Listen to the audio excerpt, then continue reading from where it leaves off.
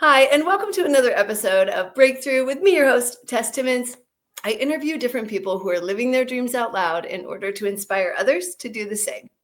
Today, I have a very special guest, friend, and former coworker of mine, Adriana Ponce. I always call her Ponce, like teachers. We're using our last names all the time, like football players.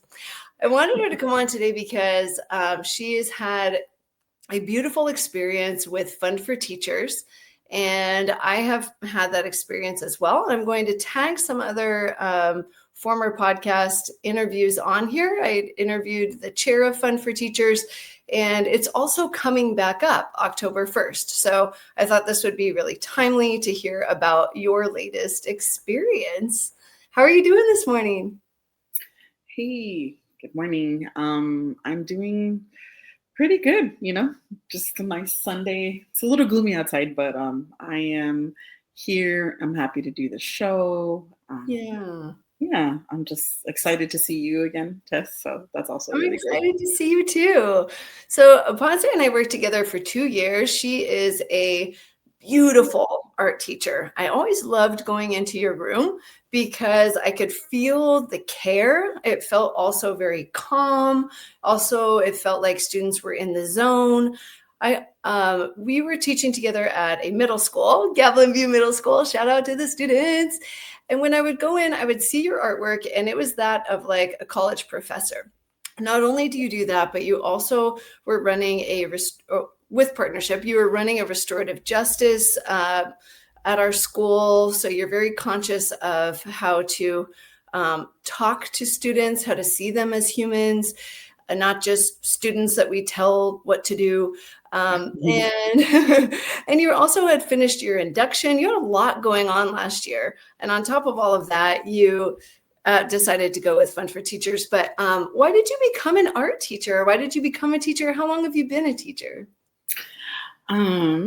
I've been teaching for 4 years, going on 5 now. This year was the start of my 5th year.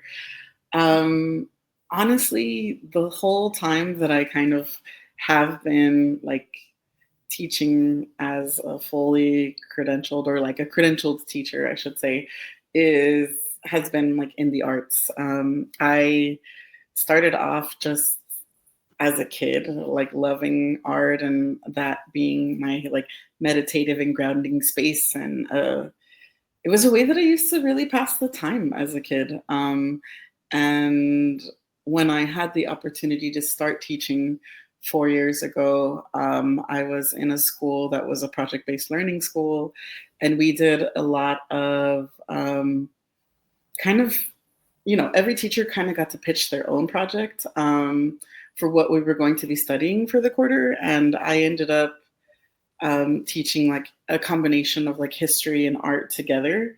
Oh, nice. And so we did, yeah, I mean, I think that was kind of like my first little taste of that school year. And then the performing arts teacher ended up leaving in the middle of the school year, and I took over her position. And from there, I kind of, worked in performing arts, and I was like, I don't know if performing arts is quite what I want to do.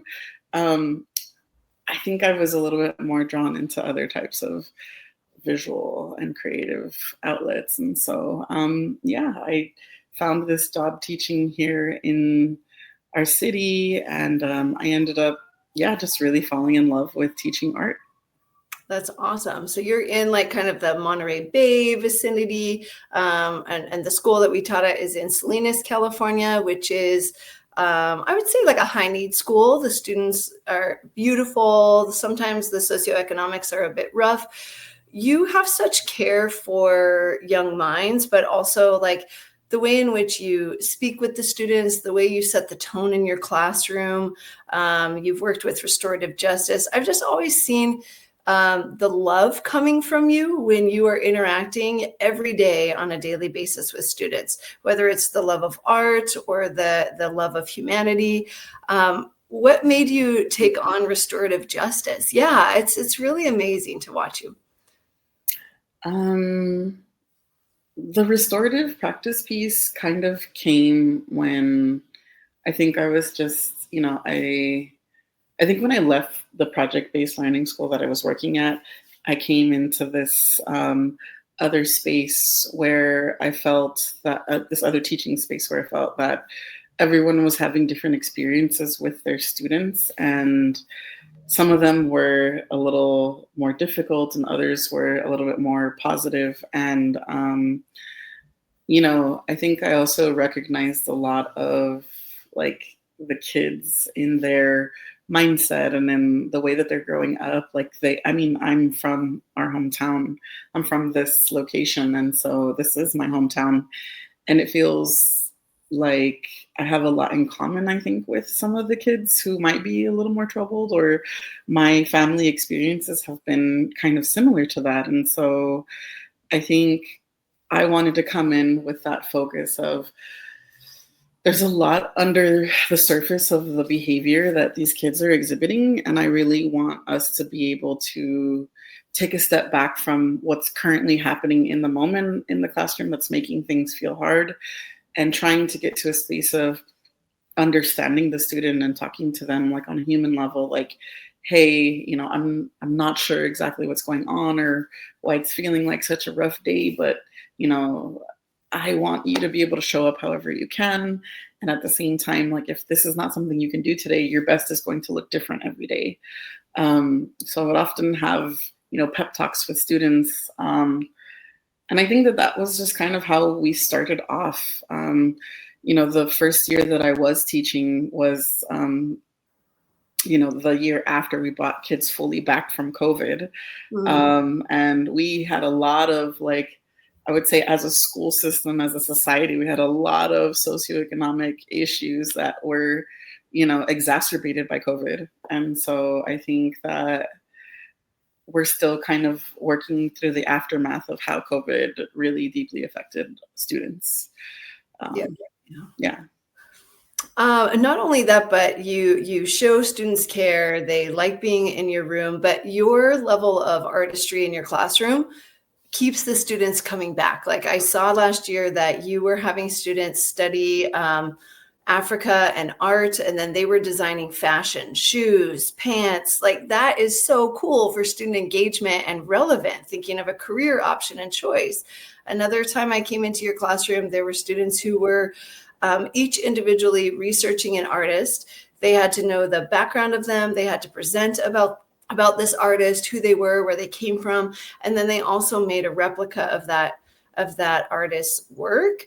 That's something I was like, whoa, am I in a college classroom right now? But I think that level of engagement for the students helps them show up every day, helps them come to school, and that art programs are so needed. Sometimes we see that, we're going to cut an art class, but art can really help us grab students' attention. But there's a lot of career fields in art. We kind of, like you were saying, performing arts, right? How many of us go to the movies and yet we're saying, this isn't important, let's just focus on math class.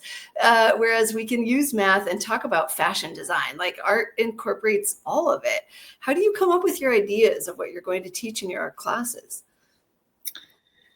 I think at the middle school level, I try and have the mindset that, like, sometimes we're going to need to shift things if they're not immediately working, or if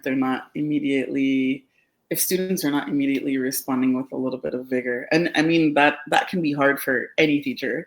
But I feel like I try to especially hone in on it when we are teaching art, because I want students to have, or the sense or the experience of a little bit of choice, some kind of, I am going to engage with this work, but I'm going to do it the image that I like, right? Or like right now we're doing the Hispanic Heritage Month, and we talked a little bit about the Mexican Loteria cards and all the different iterations that have come out, like Millennial Loteria, and different kind of like images of the cards that you see.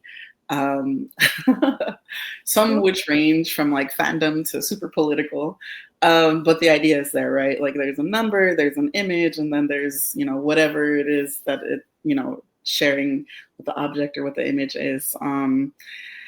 And so are you making these? Yeah, we're making them in class right now. Yeah. Cool. And the students get to choose which of the traditional loteria cards, and there's like 52 of them that they can choose from. So it's 52 images for them to kind of sift through, and what sounds, I don't know, some of them are just what's going to be easiest, or what's going to be challenging for me, or which one am I going to really be able to show my skills in. Kids come at it from all different angles, and so I think trying my best to give students the choice of what it is that they're going to work on, as much as is within my power, at least. That I think that feels really important to me. Yeah, I'd give you that. Yeah, I think because we both come from project-based backgrounds, like looking at student choice, this is their experience and really making it student-centered. I've always seen that in your classroom. Okay, to shift gears a little bit, so we understand how extraordinary you are, seriously, in the classroom. And then looking at also, like, as a teacher, feeling recognized. So I had given a talk. I just stood up quickly at a whole staff meeting and mentioned Fund for Teachers, that I had found them and applied for it. And I let our whole staff know. And then I contacted the schools that I used to work at as well. I've worked in five different types of schools, so different districts. And there was a librarian who was looking into applying for Fund for Teachers that I used to work with, Sarah Gooding, and then also you. So out of, I don't know, over 250 teachers, the two of you took the chance. So I'm wondering, like, when you heard about Fund for Teachers, like, A, what is it? B, what did you think about it? Like, is this real? What's going on? And then what made you want to apply? Totally. I think my initial thought after hearing your pitch for Fund for Teachers was, that sounds too good to be true. Like, I don't know that opportunity is real, but I'm going to investigate. I don't know. It's just, you know how sometimes you're just, waiting for that other shoe to drop. Well, it never really did. This was very much one of those opportunities where, upon investigation, I was just able to see really clearly the vision of the organization. Like, we want to send you as a teacher to wherever you want to go, basically, to have whatever experience you would like to have. And we will pay $5,000 toward that experience for you, on the simple and sure basis that you are a full-time teacher and that you are planning on bringing what we help you experience back into the classroom. I kind of, honestly, Tess, I marveled, I think, at the opportunity, and I was shooketh, how could you, and of course, I mean, there's a whole application process, and there is a whole, list of questions and thoughts and organization, pre-planning for things that you have to do. And honestly, thinking about it now, doing all of that pre-planning set the legwork for the actual experience that I did have. Because, for example, organizations that I ended up working with, Friends of Oaxacan Folk Art, or FOFA was what we used to call it when we were in Oaxaca. They were one of the first websites that I found that kind of had that niche on Oaxacan art, Oaxacan artistry, and really bringing to the forefront young Oaxacan art voices that are practicing art, creating art, selling art, and it was just this really beautiful kind of unfolding of this process over. I applied. I think I was still writing my application in January. I think I was still there. And I think the application, if memory serves correctly, was due at the end of January. And so, I was kind of in that space, planning on what I was, wanting to do. And Okay, I want to stop you right there, because I'm sure there's teachers who are like, wait, we want to know more. So yes, I think that when I first heard about it, I was like, okay, this sounds like what's the catch, right? Because I think as a teacher, there's sometimes like, oh, you have to make sure that your principal agrees, or oh, you have to. There's no backings like that. You just apply straight to this company, and that there's no catch. You don't have to give the money back. You show them your receipts and everything, but they are a nonprofit company wanting to do this, wanting to invest in teachers. One of the hardest parts I had was choosing the country. I almost had to tell myself, like, this is not the only time you're going to travel, Tess. Like, I had to think about, where do I want to go with $5,000? If I go to Italy, I'm going to blow a lot of it on my flight. If I go to Costa Rica, maybe I can stay longer. You ended up staying in Mexico for like an entire month. I blew mine in 12 days in Costa Rica. Now I think about it and I'm like, oh, Ponce did it right. I was like, so how did you choose where you wanted to go and start mapping that out? And then we'll get into some tips of maybe one or two tips when you're writing your proposal. But the biggest part is, how do you choose where you want to go? Like, you've got the whole world to decide on. Totally. I think that was kind of where I was at with this thrill. And at the same time, I think my mindset going into the application process was, what's culturally relevant to where I'm at and what I'm trying to do at my school, which is, we're like 80-something% Latino, if not more. I was wanting to really build, like, one of our kind of school priorities or school goals is to try and get more parent and student engagement. And so, yeah, I think, the year prior, I was wrapping my mind around trying to hold spaces where we could bring parents in to kind of enjoy what their students are doing and make it culturally relevant. So, which you totally did. Ponce created this entire Day of the Dead, invited the entire community in, and then we're seeing that families are coming together. They're seeing the joy of learning. Like, that was a gorgeous execution as well. So, yeah, okay. So you're thinking, okay, Mexico, this is relevant to my school. Mm-hmm. Yeah, and I think my last thought was, how can I stretch my dollar budget as much as I possibly can? I have visited Mexico before on, I want to say, 2 or 3 other occasions, and every time that I've gone, I've found that with the right resources or with the right planning, you can really have a, I wouldn't say cheap, but inexpensive experience of not only getting there, staying there, living there for, a month and a week like I did. And my trip ended up being like 35 or so days. And that's amazing, right? I was able to fund that all with the Fund for Teachers budget that I was given. And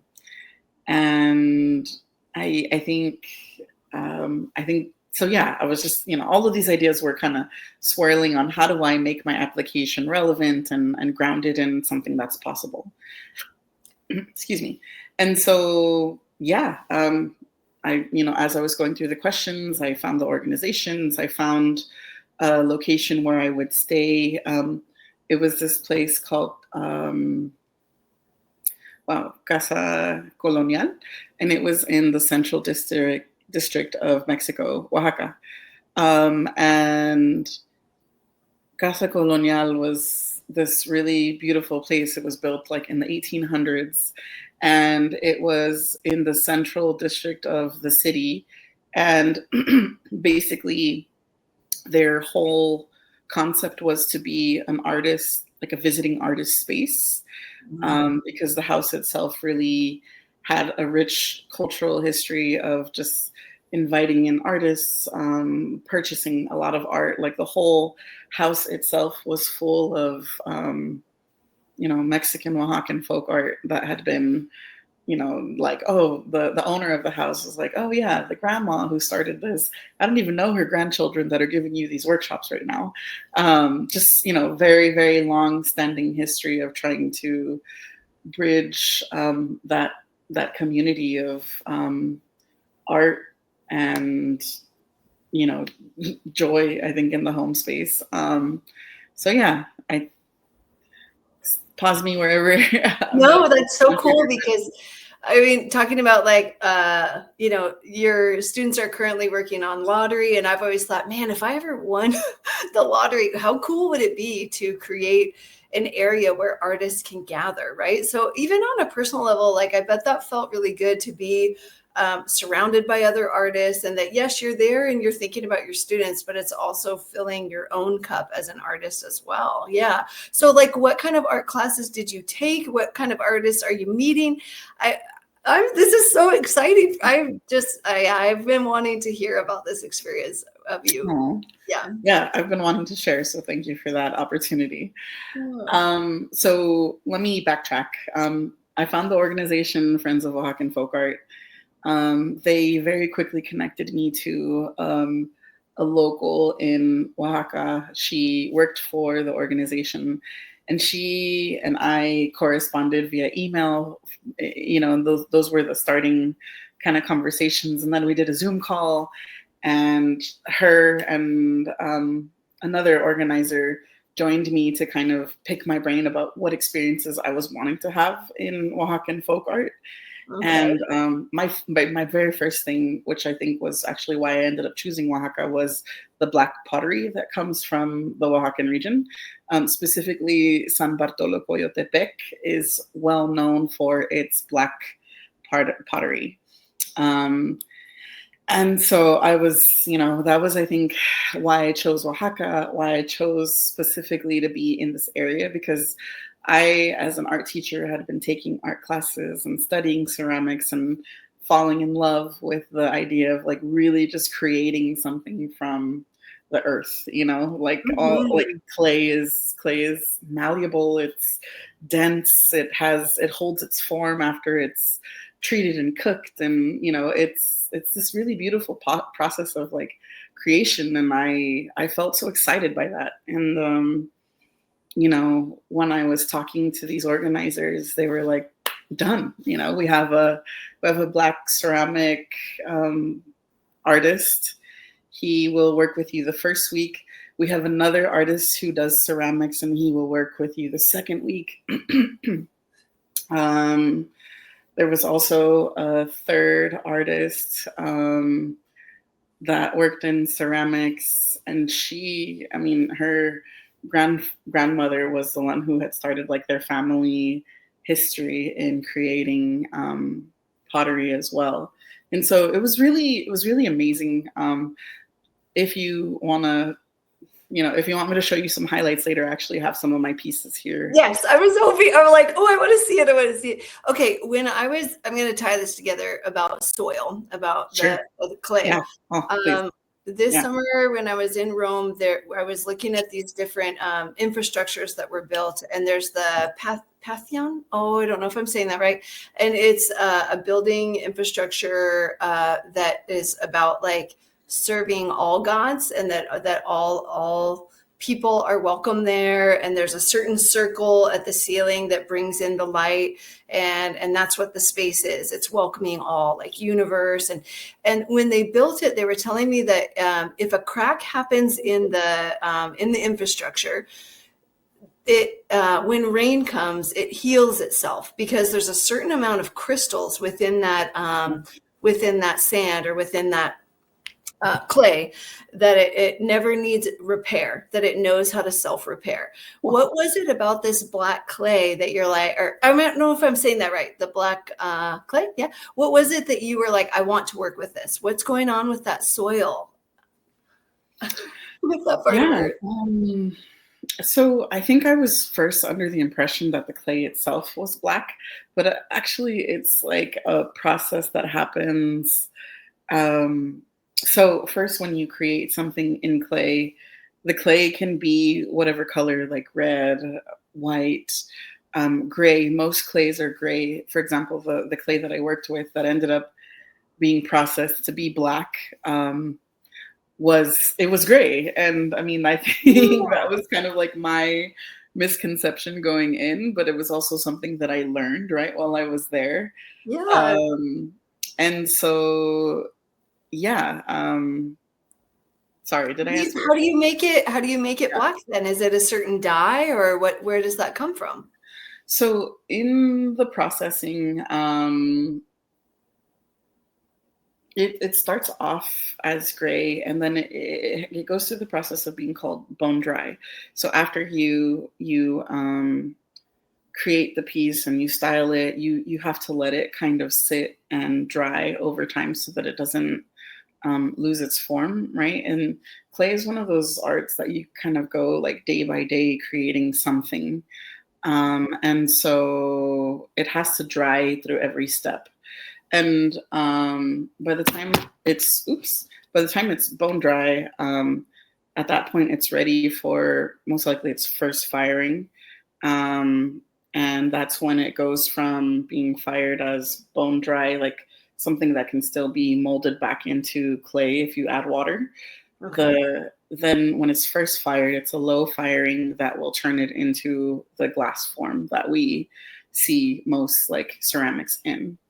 And so unfortunately, I don't know the full process of how it gets to be fully black. Yeah. But I ended up, having some unfortunate illnesses while I was there. So I couldn't be there during the actual firing. But yeah, there is a process in the second firing that takes it from gray. I suspect that it has something to do with the type of wood that they use and some Oh, kind of glaze that they put over it that will turn it this really nice black color. that's cool. Are they using like in America, like a kiln and I shut the door? Is it like open fired? I get that you also weren't there for that part, but No, great question. So yeah. in Mexico, several artists were able to show me their firing processes. So many of them had kind of what you think of as like a stone oven, right? Like you Mm. build it from the ground. You put, bricks, you lay down bricks and build it upwards. And at the bottom of this brick layering, this brick tunnel, I should say, there's an opening where you can put wood and kindle a fire. And then that heat rises to the top and it goes through kind of cooking or baking the pieces. And honestly, they have to be fired for like 7 to 8 hours. I think for better process, they, upwards of like 12, I think from 9 to 12 hours, I believe was what I learned. Sorry, everything that I learned, I was also translating from Spanish into English. So yes, for So my own, right? learning experience, it's important to voice that, yes, I believe that exceptional firings were about 12 hours. But think about that process though. I mean, these folks have to be, kindling a fire for hours at a time in order Right. to get their ceramic pieces fully fired, fully baked. And then that doesn't even mean that you're going to have all the pieces that you started with, because unfortunately, ceramics can be unpredictable. If Mm. there happens to be a little bit of air in the clay, that could make the piece explode, in the cooking. And yeah, it's a really complicated and complex process. I think that not a lot of people know about or have talked about before.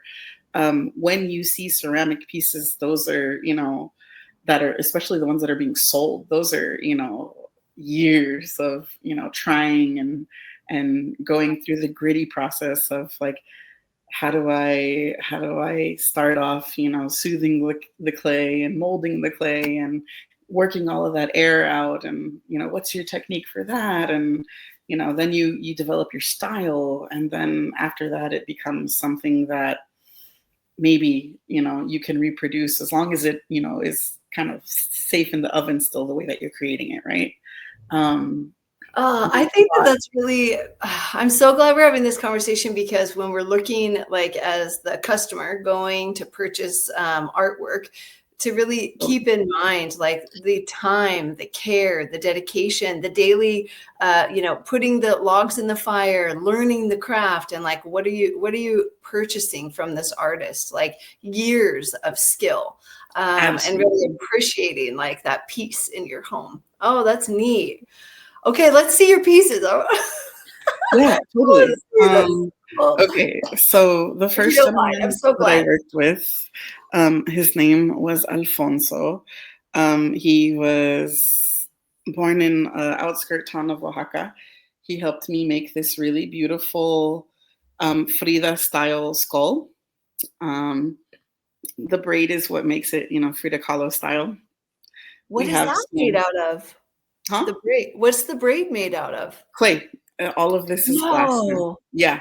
Oh my Hmm. gosh, I thought that was hair. Like it looks so much like real hair. No, yeah, those are the carvings and the detailings that we did to Wow. really cement it as like an image or a likeness of hair. Yeah. These are calla lily flowers on either end. These were his style of roses that he taught me how to create. And all of this texturing that's on the face of the piece itself was just a series of different processes and handling. This was like the way that this shines right here. This was a burnishing. So you burnish the surface with a little bit of oil, polish and polish and polish until it turns kind of like Mm. shiny. And then when it's fired, it really holds on to that shine, which is a little different than, you see the coloring on this side, right? It Yes. doesn't look quite as shiny because it's not burnished. And so what was really impressive, like I just have to say, is that like, oh, there was so much ingenuity into creating this beautiful piece. Like, and at the Mhm. same time, like everyday things that you would not think to use. Like, have your toothpaste usually has like a screw-on cap and it's got little texturing on it, right? We Yeah. were literally making these flower designs using a toothpaste cap, like texturing them on the surface, holding it in such a way that you would twist it and it would give it that Oh, I marking. can picture that. I can picture. Yeah, yeah. And so this was my first black clay piece. It sits on this little pot that I made as Wow. well. The pot was also burnished, and all these flowers were created again through that similar process of using the cap and holding it in such a way and imprinting on the surface the texturing that you have here. I love So how the handles are almost like your dress that you're wearing currently too, like kind of that puffed sleeve that I see in a lot of Mexican fashion, and it's kind of mhm, for arms. I think it's really beautiful too that you're talking about like all like we can use any tool to make our art. seriously, When I yeah. used to paint, I would be drinking tea at the same time. And then I just started like dipping. I mean, I stopped drinking the tea, but I'd start dipping my brush into the tea and then painting and mixing that into my oil and just that like creativity and hey, here's my toothpaste cap and I'm going to use it and realizing like I don't have to have a purchase tool that all we have all sorts of tools at our display. So Wow. true, so big. And like, I mean, this gentleman, Alfonso, who actually became a really good friend of mine, we're still in conversations through these weeks. And he had this huge like kitchen bowl full of tools, and like everyday things like random little gears he would find, anything that was like stamp like that had some kind of like shape to it he would use and keep. He would kind of he would what do you say? Like kind of Yeah, like like refurbish. upcycle it into something that he could use in his studio. And then I can see um, that being a huge classroom thing. Bring in something and let's refurbish it and use it. And every art teacher could have a bowl. Every teacher could have a bowl where the families, bring a cap or bring a whatever. Yeah, that's really cool. yeah. So I have two more pieces to show Yes. you if I Yeah. can. And I want to just tell you a little bit about the workshop that I went to first. There was this workshop called Ojos que ven, or Eyes That See, or perdón, Manos que ven, so hands that see. The gentleman who was famous in this town called San Antonino, Oaxaca, His name was Don Jose, and he was well known in his community for being a ceramicist. He and his wife, they had created this whole ceramic business, and eventually this gentleman went blind due to some health condition that he, developed over time. And his workshop was called Manos que Ven because, everything that he created alongside his wife was something that he did as a blind man. So Wow. he would create the layout of a piece, and his wife would go back and put on the detailing. So they were really famous for doing like physical, like human-like sculptures. And I'm talking like of varying sizes, like everything from like this size to like a full formed, like adult, like kind of height, like standing, like I'm 5'6". So these pieces were about 5 feet tall, some of them. Wow. And so really, I want to give this workshop like a really good shout out to, because I think one of my takeaways from it was that there truly is nothing that is impossible with ceramics and with creating through the outlet of ceramics. So I was kind of going into this workshop, and the man that I worked with his name was Pepe, and he was the son of the original ceramicists, and he just, kind of asked me the first day going in, what would you like to make, And I think I was kind of in a place where I was in Mexico. I had been in Mexico for like 2 weeks, going on, the third week, entering the third week. And everything that was happening in the United States was feeling pretty heavy, if I'm being honest. And so you can get away from the country, but you don't necessarily avoid the politics if you're looking at the news, if you're looking at social media. And so I was really, I felt like it was weird because I was physically removed, but sometimes it felt like not emotionally removed from what was happening in our country and in our world. And so the piece that I created was kind of about feeling like I was carrying that weight all the time.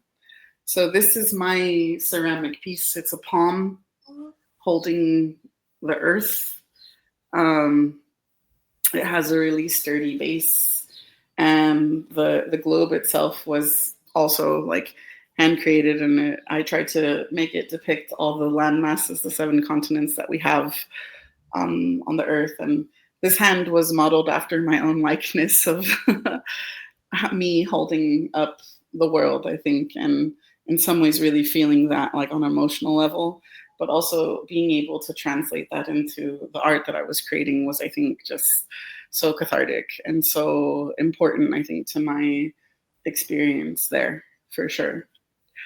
Oh man, this is gorgeous. Okay, I'm seeing like 25 layers of thought right now. Like Yeah. as you're speaking about that, I was thinking about America and that you're in Mexico and how we should like be honoring and really realizing the beauty of people in Mexico. And then you're talking about this man and his hands seeing, and you're learning his clay, and then you're also representing your own hand. How does the globe sit in the hand? Do you have like a pole that's graphing all the way down so it holds? Yes. Yeah. So This is beautiful. it has a rod. It has 2 rods that are going into the surface of the palm to hold it exactly where I was kind of wanting it to be. And keep in mind that this piece with my master ceramicist took me about 5 days, like 8-hour workshops a day, 5 days to complete this piece. Wow. And so I was putting a lot of time into creating these things with him. And I think having him coach me through some of the harder pieces of like, how do I connect the hands to the palm? How do I create a palm? How do I, like we really do start from the foundation up. And yeah, the globe was its own separate piece that I attached to it. And, he came and asked me like, where do you want it to be? Like, where do you want it to sit on the hand? And, this is how we'll attach it. And when we fire it, it'll be cemented into that space of where you wanted the globe to be held. 8 hours a day, 5 days. I don't think I could make that in 5 days, even with 8 hours. That's phenomenal. And then I also wonder, like, when you're making this art and you're talking to the other artists, what was the conversation like when you're telling them, I'm feeling the weight of America in my palm and what my art is seeing, what my hand is seeing? What was the conversation like in Mexico? How did they speak to you, an American, about what was going on? Oh, there were so many conversations about just the weight of the world and, the racism and discrimination that we were seeing like on a global scale happen in the States, with ICE raids getting more prevalent every day. And then, it seemed like every time we turned around, every 48 hours, there was some new debacle that the president had kind of, leaked out, or, new news was crashing every day. And then we were talking about, that bill that got rid of healthcare for like millions of Americans, right? And, the impacts of that, like his budget, freezing the budget for the country, right? Like federal funds, and how that was possibly affecting schools. There was a point where I, as an art teacher, having this experience, was sitting in Mexico thinking like, man, I might not have a job when I go back to the States, because what does it mean to take away, DEI programs, right? Or all of these really, really hardcore, conservative values really coming out and coming forward, and affecting schools. There were some things that I was reading about the federal budget freezes that just made me feel like, man, I'm honestly probably not going to have an art teacher job when I get home. And like the reality of that, right? When we were both living in Monterey, we were here in that Monterey area, we were hearing about the school district of Monterey cut like 60 or 80 some odd jobs. There were teachers who were 12-year veteran teachers who no longer had jobs. It wasn't just, oh, you just started at this school year. So I think that I don't know if other people really understand how many teachers were in fear over the summer of losing their job. I'm sure forestry workers can relate to us and to that fear. I'm also thinking too about the fact that you're in Mexico, you're with a gathering of artists, and that art helps move consciousness, helps push culture, helps us elevate and rise and change. When I was in Costa Rica, I too am still in contact with people that I met there, which I think is another beautiful thing about Fun for Teachers, becoming friends globally. And I had many conversations with people who are saying, I won't travel to your country. I'm not wanted in your country. I am Latino. I live in Costa Rica. I'm gay. I'm not wanted. And I was like, I want you to come. I want you to come and visit me. And it was, I think it's important for America to realize that that is a message that is pushed out to the world, and that my friends in Costa Rica were saying exactly that to me. I'm not making an example. That's the true example of a conversation that I had. And then I met many people in Costa Rica, and it's a pretty global place. A lot of people from around the world have chosen to live there. Sure. And a lot of them were saying, America's not even in my top 12. I don't even want to go there. So I think it's important for Americans to realize that too, right? The more we travel, the more we can align and understand globally what's going on. But I think it is really important to get outside of our box and to see things from that different point of view. Well, yeah, that's actually to your point, right? I was having a lot of conversations, particularly with a good friend of mine that I made there. Her name was Monica. She was my kind of program organizer. She kind of helped me learn how to get around and took me to every artist and, introduced me and gave me that in with all of these really incredible people. And, Monica had her own opportunities that were kind of coming up for her while I was there. In my second week of my residency with FOFA, she was planning a trip to the States to go to the National Museum of History, I believe in San Diego. And, we were talking even in that initial couple of weeks of us just getting to know each other, right? She and I had enough conversation where she was confiding in me that I feel afraid to go to the States.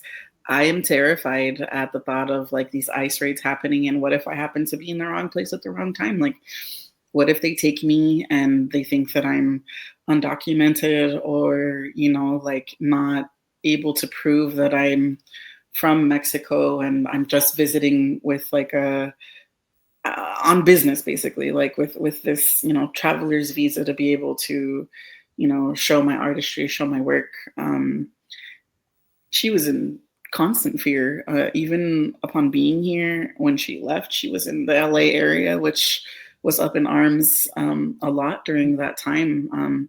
LA was really in that heart of resistance, and she was definitely feeling that fear. Upon leaving and even getting back, she shared that, it was kind of a scary place for her. And to understand that, like, she's an artist visiting. She's not trying to sneak here and live here. She's here to visit. She's proud to go home.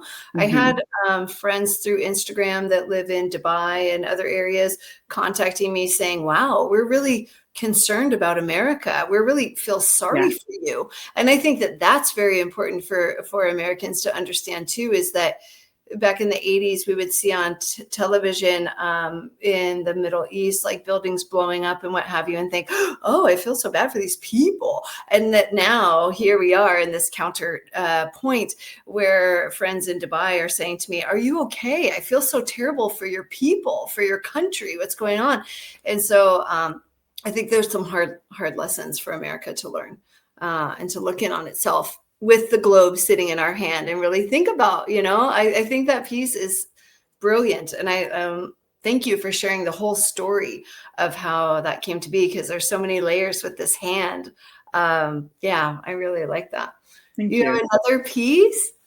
Yeah. This is fascinating. But this is so important, I think, of going to galleries and meeting artists and hearing the why behind what you're making.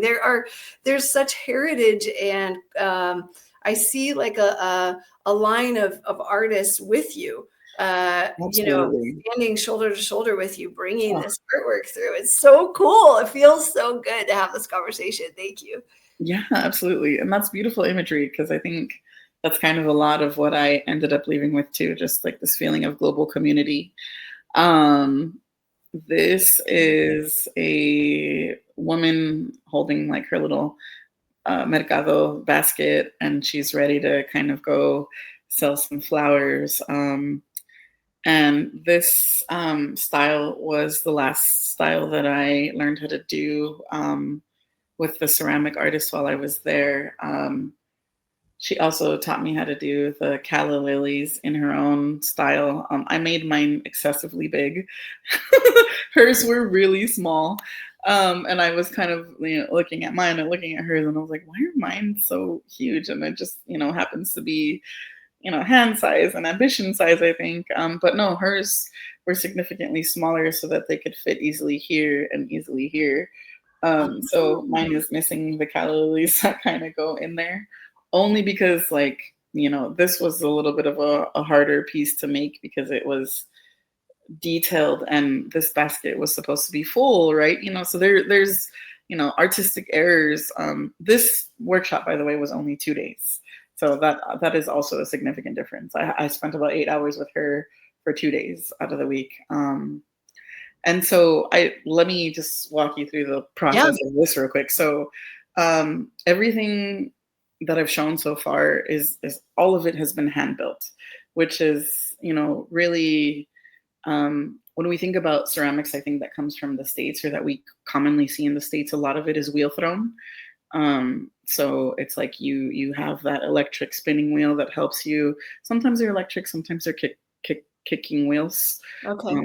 But like the movie Ghost. Yeah. Mm-hmm. Yeah. Everything that came from Mexico was hand built, meaning that it started off in like slabs of flattened pieces of clay, or it was, this piece started off as a slab to make the base of her body.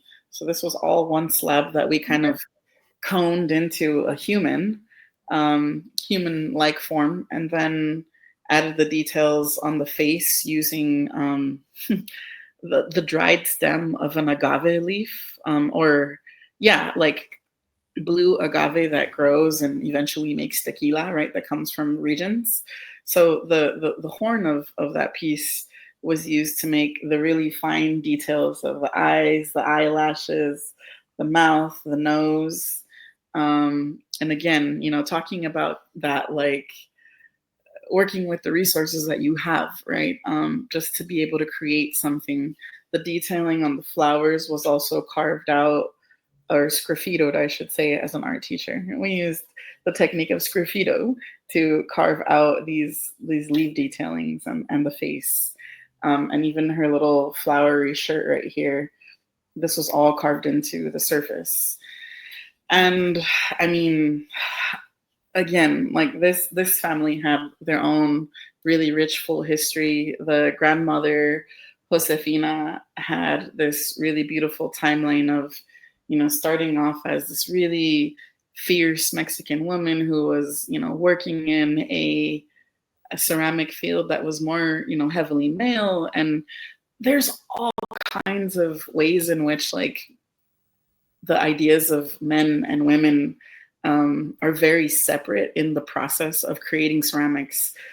She and Alfonso, the one who told me how to make the black ceramic piece that I showed you, they talked about mining the clay from like the actual like land, right? So there's a whole process of mining that happens, and I'm really glad that Alfonso was really into like ghost stories and folk tales, because he told me a lot of really important pieces of ceramic culture that I would never have known. So like there's this idea that when people mine clay from the earth is female, right? The earth is feminine. It's this female goddess who kind of lives in the earth, and she's a very jealous goddess, because the only people who can go into the mines are men. They're the only ones who are allowed in because, they mine and they can dig and they can do all of these, excavations of the clay. And should women decide to enter the mines and, start to excavate themselves, the goddess will get really jealous, and she will start delivering clay with stones in it or rocks in it. And when clay has too many rocks, you have to, there's all kinds of cleaning processes that have to happen, right? You really have to, not have rocks in your clay to risk, to minimize the exposure of explosions in the kiln and things like that. So it was really interesting because these two people came, from two different regions, about 45 minutes separated, and still had this same kind of idea that if women were to go into the mines, then the goddess would, deliver them clay with stones in it. And it was really, it was really interesting as like an experience, I think, because, I think I probably hold my own really like strong female perspectives about things. And so I was just kind of like, okay, like this is like a culturally respected idea that everyone kind of is practicing here in Mexico. And so it was interesting, like the gender roles and how they played such a big part in the ceramics world. I find that very fascinating. Almost like, like the chefs are men, but then a woman is cooking always at home, but the chefs rule, or like who's allowed and what. I'm wondering too, like when you're mining, when people are mining like lithium for our cell phones, it's depleting the earth, and it takes a very long time for that earth to grow back. When we're mining for clay, does that part of earth deplete, or does it self-generate?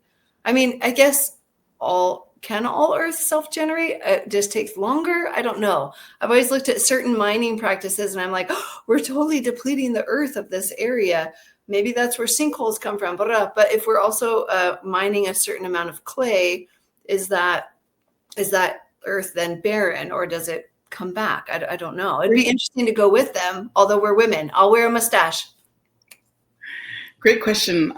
Jenny, the one who gave me the third workshop, she talked to me a lot about the different types of clay that you can no longer find mined naturally from the land.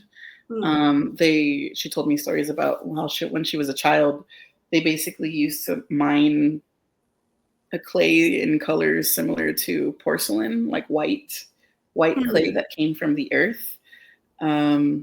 And it was interesting because it pointed to like that hard struck balance between allowing for industry to grow. Because here was the thing.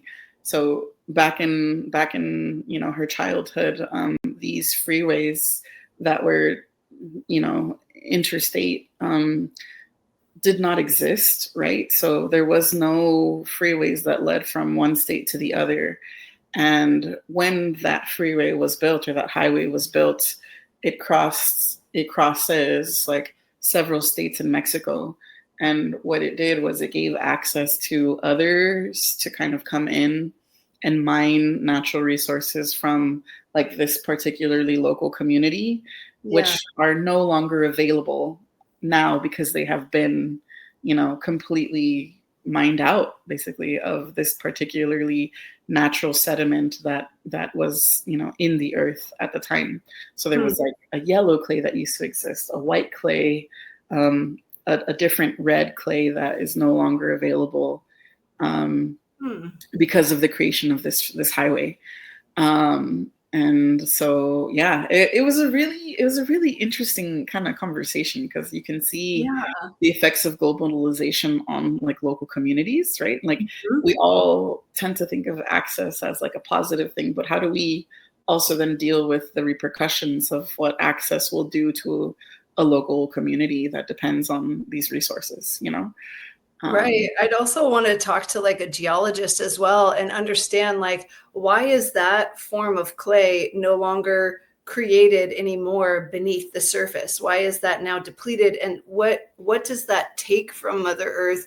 And is that okay? Are there other like minerals below that have replaced that? If that yellow clay, I'm just picturing it as a layered cake, so forth. Yeah. But if that part of that yellow clay is gone, like is there a certain mineral or a certain component that now is stripped from the earth forever, or is there something else there? And I think of motherhood, like when they're giving birth, is there a part of her taken but she's able to replace it? I don't know, I find this very fascinating. Okay, I want to include links to every class, every group that you worked with. I'm also noticing with the calla lilies, when you were talking about that, I would be personally afraid to make them smaller because I don't want them to break in the fire. Like I really like the size of them. I think that was really beautiful. When you were there, like you're making all this gorgeous art, did you ship it home? You brought it home? Have you shown this to your students? What kind of conversations have come about in that regard? Great questions. So I brought these pieces home, carrying them like in bags of my own. Shipping was going to cost like upwards of like $400 to ship a piece that was fragile from Mexico to the States. And that just really wasn't in my budget. Also, I'd be nervous. I'd want to take care of it myself after all these hours of time that you've spent. Yeah. Particularly on the hand and glove. I mean, that was my really precious kind of piece, and I brought them back. I crossed them through, TSA and, a couple of stops to get them here. But yeah, did you dry at all in our climate, like coming back from Mexico? Were you inland? I guess I need to look at a map to understand exactly where Oaxaca is, but was the temperature difference? I guess like Monterey area, you have more moisture. Me moving to LA, I have certain things that have dried out more than when I lived in Monterey. It's very interesting. Even like a protein thing that I have, it kind of crusted up more because I'm in more heat. Like it's Mm-hmm. very like when I came back from Mexico, when I first moved to Monterey, I brought this piece, this artist piece that's tree bark, and it's big. I could go grab it, but I framed it. But in Monterey, they did no glass on it, and I was nervous about if I leave my window open, will the moisture make it turn? It doesn't. It's fine. But I don't know. I just also wonder with geography, like when you came home, is your clay pieces does it alter them at all? So far so good. Oaxaca has a pretty similar climate to our Monterey County. Oh, It's a little bit more of like a colder-ish region because it's up in the mountains. So their okay. elevation is significantly higher, I think, than ours. But at the same time, the amount of moisture that's in the air over there, in the Oaxaca Centro, they were about 3 to 6 hours. It depends on kind of where you were at, and if you took their international highway, their new highway, you could get there in 3 hours. But before, it used to take 6 hours to get to the coast. Okay. So they get those coastal winds inland, and it's a really similar climate to what we live in here. Most ceramic pieces, I would say, unless they have a really specific firing, I think would be okay in their glass form. There's only some that continue to kind of oxidize, and those are usually the ones that are not like food safe. Okay. Yeah. Do you have a kiln at your school? If people listening wanted to donate, could they contact like Gavel and View and donate toward some kiln or clay processes for your students? Like how was it showing that your students the pieces that were made, and what was their reaction? So I haven't quite gotten there yet, mostly because that work starts in October. Okay. And actually, one of the things that I wanted to say was one of those workshops that I was unable to do while I was there due to unforeseen sickness. I ended up being able to convince that artist. Myself and Monica were able to convince him to do a virtual workshop with me in my class. So actually, this coming week, we are doing a virtual Zoom meeting where he works in cartoneria. So that's basically paper mache. He works with paper mache to create all kinds of animal and human-like figures. He's going to be Zooming in with us and teaching us how to do the Catrin and the Catrina for the Day of the Dead. Oh, wow. That we're having. So the Catrin and Catrina are like the man and woman who are, they're like the cornerstone, I think, to most Day of the Dead altars, right? You see the woman with the really fantastically brimmed hat, and the man with his own really dapper suit and hat, and they're just kind of representations of life after death kind of thing, which is kind of a part of that whole Day of the Dead conversation. But I think at one point they also represented kind of like the elite class in Mexico. And I know that there's a narrative there about like the criticism that like the Catrin and Catrina have on Mexican culture and the separation of classes kind of thing. Can you explain that a little bit more? I didn't know this. I believe that they started off as like an article in the newspaper. It was a cartoon that was drawn of the Catrina, and it was kind of like a criticism on the wealth that you can see and the class separation that you can see in Mexico. Because when you visit, I mean, there are very, very wealthy Mexicans and there are very, very poor Mexicans that live in the country. And it also is based on region. It's also based on indigeneity. Mexico is far from, not having its own problems of race and inequality. But yes, to my knowledge, that is kind of part of that representation of the Catrina. Oh, okay.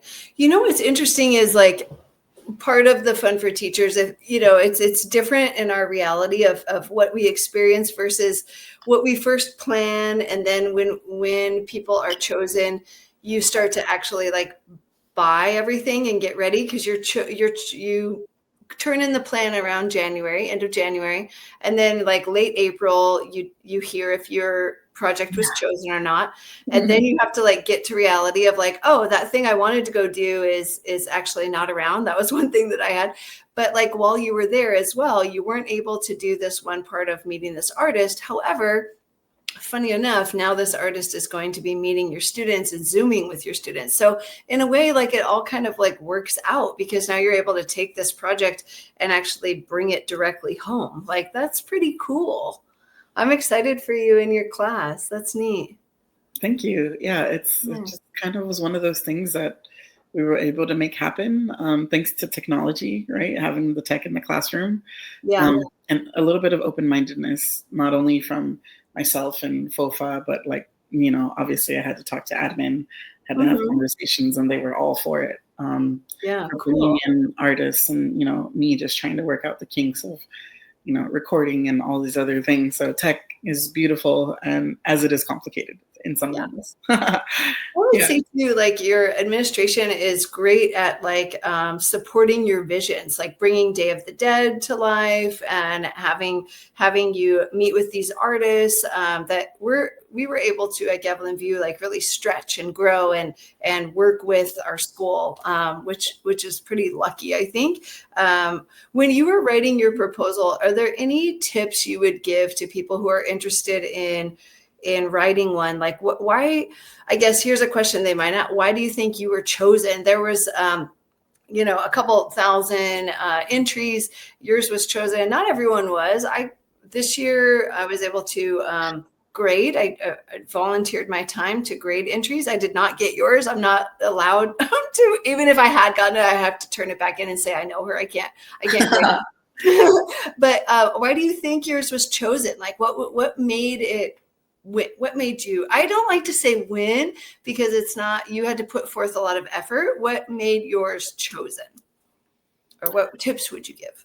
I guess the tips that I would give would be kind of like what they tell you at FFT. Like, what are you already working on in your classroom? What are some of the ambitions that you have for your school year? And what projects or what ideas are you trying to make happen in your school community? Last year was the first year, to any of our knowledge, that Day of the Dead was an event that we could create at the school. And it was our first one. We had a very successful first one, thanks to Tess and ASB, who used to run the ASB at our school, but also, there was a lot of effort on the back end with myself and our other teacher, Ms. Riso, who helped organize, right? A lot of it was community organizing. We had flower donations. We had to find a mariachi that would come to our school. And we ended up having this really beautiful youth mariachi organization join us. And, all of the decorations and all of the festivities of Day of the Dead. It was a lot. And at the same time, it was so worth it. We had about 145 people join us that night, which was probably one of our bigger, more successful school events in general. So that was pretty fantastic. And that was one of the things that I talked about in my proposal. Like, if I am able to go do this work, it'll really enrich my conversations and experiences that I can have around throwing a Day of the Dead celebration, and all the prep work and all of the projects that we can do in the classroom in alignment with this event that we're planning on having. So for me, I feel like I was chosen because my experience was very grounded in my school's culture, very grounded in the work that I was already trying to do, and already had, shown some some capability to be able to host it or to put on. And at the same time, it was an opportunity for me to grow in that skill building area of what are the projects that I would like to bring, like this workshop with Marco Antonio. All of the ceramic work that I learned how to do while I was there can be, to a certain extent, recreated with air dry clay, and all the, little tips and cool tricks of just any household item thing that you can find to imprint on a piece of ceramic that you're working on. All of that was kind of all brought together by the experience and my application and so forth. And so, yeah, I was also, I think, just, I don't know, I don't know if lucky is the right word, but I feel really fortunate that I was chosen. So I don't know if somewhere in there is the secret recipe or the secret sauce, but it might be a combination of all of those things. Yeah. And I think that your heart is centered in a good spot. And I think like the universe can help push that forward. When you're looking at this experience, how did this experience of going to Mexico and being chosen by Fun for Teachers, how has it pushed you personally? Maybe in art, but also in other ways. I think we're seeing it already in the conversations we've had, but how has it lit fires in you that were maybe unexpected, or what directions are you headed in now? Or yeah. Totally.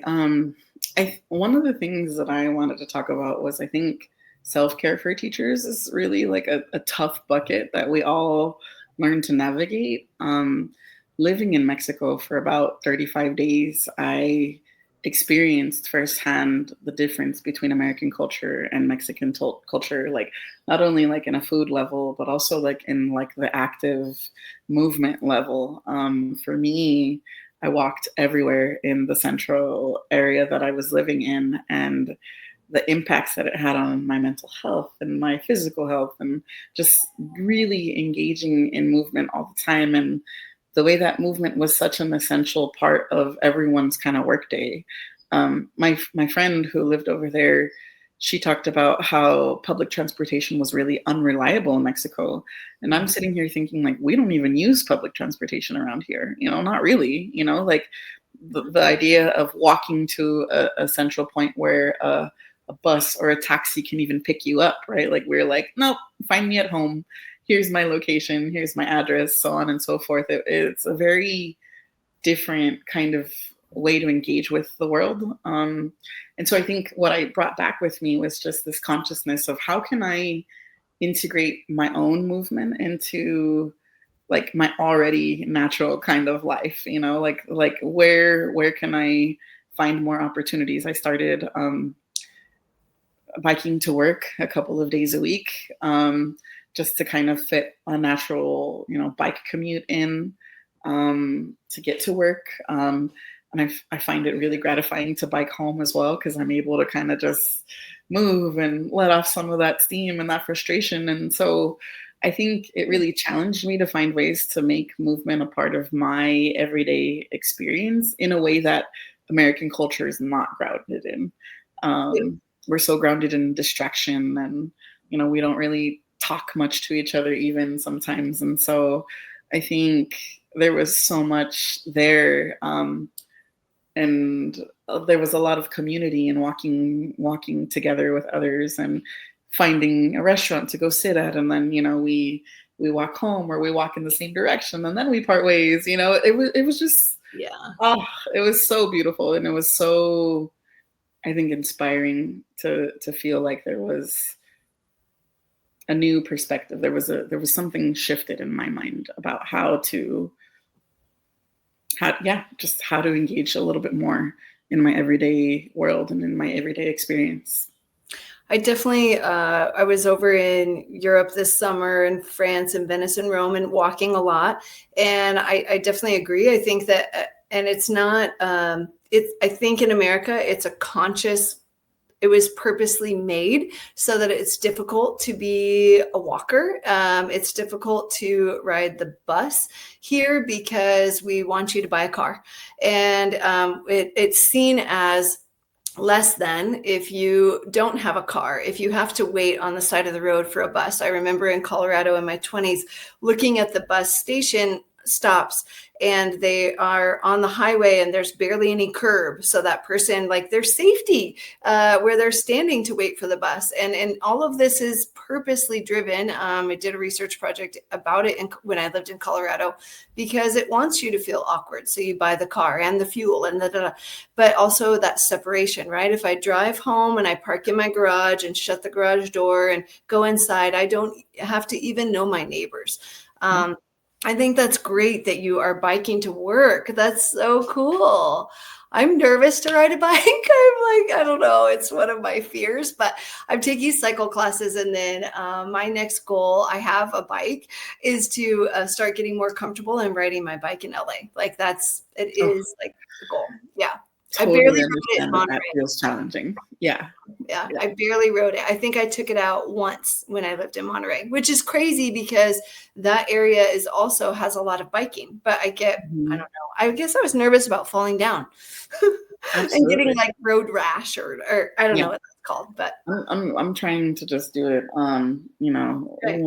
twice a week so that I can, reserve energy for the days that I need to bike, or check in. Like I have to check in with myself. Am I too mentally tired to bike ride today? Some days, some weeks it doesn't happen.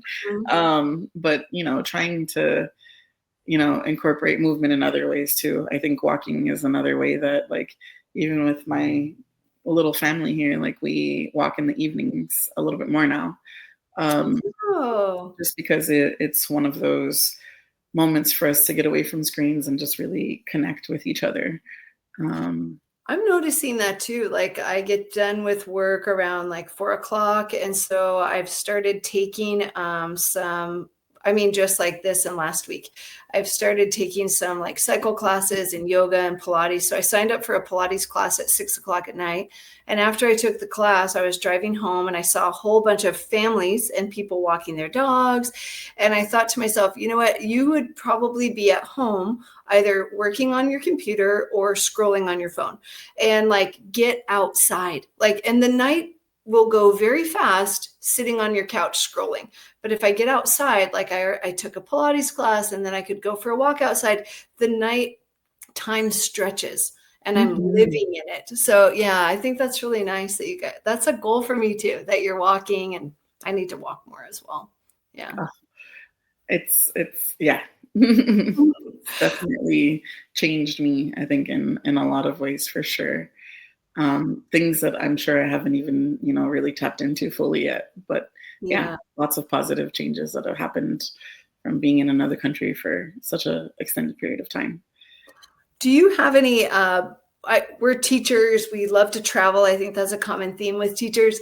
You've also like been to Japan, you've been to really cool places. Do you have a next list? Do you have any place that you're wanting to travel to next, or about? Well, a little shout out to my family. Our kiddo is thinking about traveling to Japan next year. He wants to study abroad. And so, I think we are going to go visit him in Japan, in Tokyo. I think in Tokyo. And wherever he may be, he might be studying in some prefecture of Japan, but wherever it happens to be, we would like to go visit him. I'm also, playing with the idea of visiting Canada. I've wanted to just cross that northern border. Ireland. Never been to Europe at all. So I think there's quite a few places I would like to go there. Italy, I think, is always calling to me. I partially debated on going to Italy for my FFT experience because they also have such a long, rich history of ceramic work there too. But I think because of like the funding and the costs, it didn't absorb like half of my budget in just getting there. Yeah. And I'll have to look into, right. It's also about time as teachers. When do I have the time to look into other grants or other art proposals and whatnot? Because they are out there. But I think that sounds really cool. I was not in Florence, but former students of mine were this summer. And I was asking them, okay, I've been to Rome. Should I also go to Florence? And they kept saying, oh, if you love art, if you love art. So now I'm thinking, oh man, okay, Florence is going to be your vibe, Ponce. You got to go to Florence. But yeah, maybe people listening on this podcast want to donate money for your travels. You know what? We are open to these ideas. We are open. Absolutely. Yeah, that sounds really good. Is there anything else that you want to share today about anything? I mean, we've talked about travel. We've talked about a bit of politics, being women, Mother Earth, art, education. Is there anything else that you think is important to say? I think I want to leave people with the idea that like these things are possible, you know, like I like I was saying at the start, you know, I thought that FFT was such a too good to be true opportunity, but honestly, after having known you who did it and inspired me to apply and you know, put my application out there into the world, like that's my biggest encouragement. Please just try, apply, try and get that grant. For the experience that you can have with $5,000, like it is so worth, you know, a few late nights or long nights, you know, applying, getting your voice out there as an applicant, to really give yourself this experience, because it is a gift and it is you kind of finding the money to gift yourself this opportunity. And yeah, you know, there has to be some kind of fortunate or positive magical component that we both believe in, right? We're just, this universe wants to give us these opportunities. And that's what I would express to everyone. Just try, apply. And the open-mindedness that you have when you go. I think I found this book that I was reading while I was there, and it was like, there were several recommendations to travelers. And one of the recommendations was, you know, don't expect to find everything as you would like to have it while you're back home, right? Be open to new experiences because you left home to have new experiences. So when you are finding them, don't let that discomfort of something new really push you off of the joy or the love of being able to have that experience or the capacity to have that experience. And so, yeah, I think I just want to leave people with that really positive impression that like, I didn't know that this would happen for me and it ended up happening. And those days out there were incredible. And I have these beautiful art pieces to show for it. Audience, we're going to have links to everywhere that Ponce visited, so that if you are wanting this experience in Oaxaca and going to visit these artists or purchase these artists' artwork online, you can. If you want to donate to Gavilan View, I will leave information there. You can contact the school and donate directly to the school and say, I'd like my funding to go to the art program. That would be awesome. And yeah, I think that's going to wrap it up, but we'll also leave links to Fund for Teachers as well. So stay tuned for our next episode. Please share this with any artists, travelers, and teachers that you know. All right. Thank you.